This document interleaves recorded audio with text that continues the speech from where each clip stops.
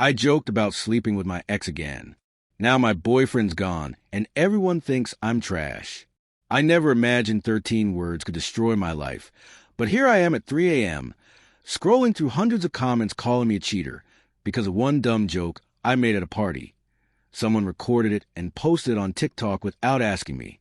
The video has 2.3 million views, and suddenly, I'm the poster child for toxic girlfriends everywhere. All because I thought I was being funny when I said maybe I should hit up my ex, Jake. At least he knew what he was doing in bed, unlike my boyfriend Connor, who was standing right there. It started as a girls' night at my friend Madison's place last Friday. Just a few of us, drinking wine and complaining about our relationships, like we always do when we need to vent. Connor had been distant for weeks, working late every night, barely touching me when he got home, and I was feeling insecure, unwanted, and impulsive in ways that made me say things I normally wouldn't. When Madison started talking about how amazing her ex was compared to her current boyfriend, I thought I was just joining the conversation, adding some dramatic commentary to make everyone laugh. The problem was Madison's little sister, Emma, was there. One of those Gen Z kids who films everything for social media without permission, convinced that every tiny moment of drama is content waiting to happen. I didn't even notice her holding up her phone when I made that comment about Jake. Didn't realize she was recording what she probably thought was harmless gossip. Connor was in the kitchen grabbing drinks when I said it, and he walked back just as the words left my mouth. His face went completely white as everyone else laughed and moved on. I could tell immediately he'd heard me, but I assumed he'd understand it was just girl talk, me being dramatic after too much wine. Connor didn't laugh. He didn't pull me aside to talk privately. Instead, he set down the drinks, grabbed his keys, and walked out of Madison's house without a word. I followed him outside, tried to explain that it was a joke, that I didn't mean anything, that I was just feeling neglected, and said something stupid to get attention. He stopped at his car and looked at me with an expression I'd never seen before, not anger, but something worse, a mixture of disappointment and disgust. You know what, Mia? Maybe you should call Jake. Maybe you two deserve each other, he said.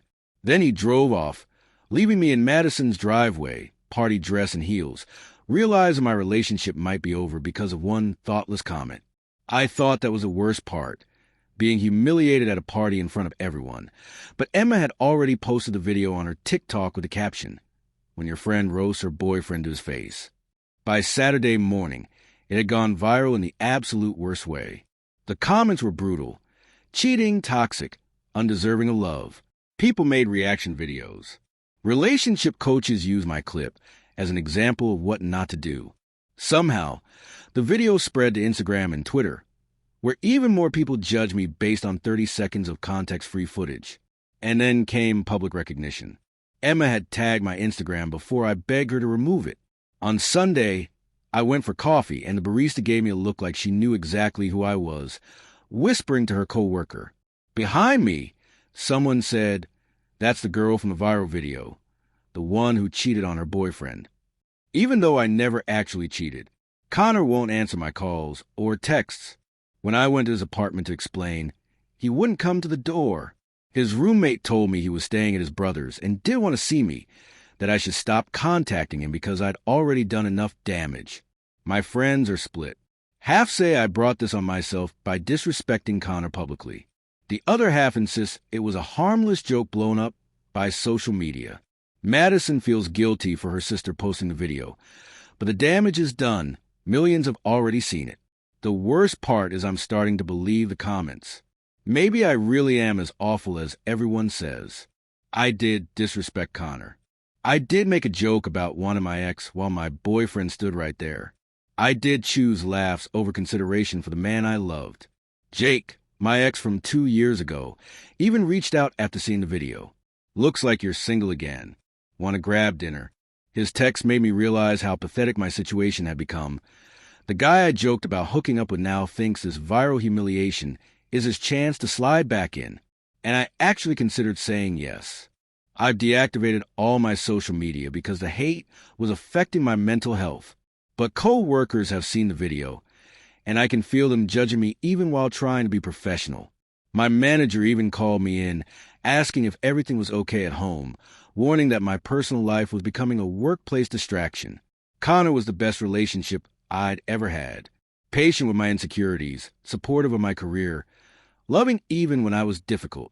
I repaid him by publicly humiliating him in front of our friends. Now I'm single, infamous for all the wrong reasons, learning that some jokes aren't worth the temporary attention they bring. I thought I was clever, relatable, but I revealed something ugly about myself. My willingness to hurt someone I love just to make other people laugh at his expense. The video will probably follow me forever, a permanent reminder of the moment I chose fleeting validation over respect for the person who mattered most to me.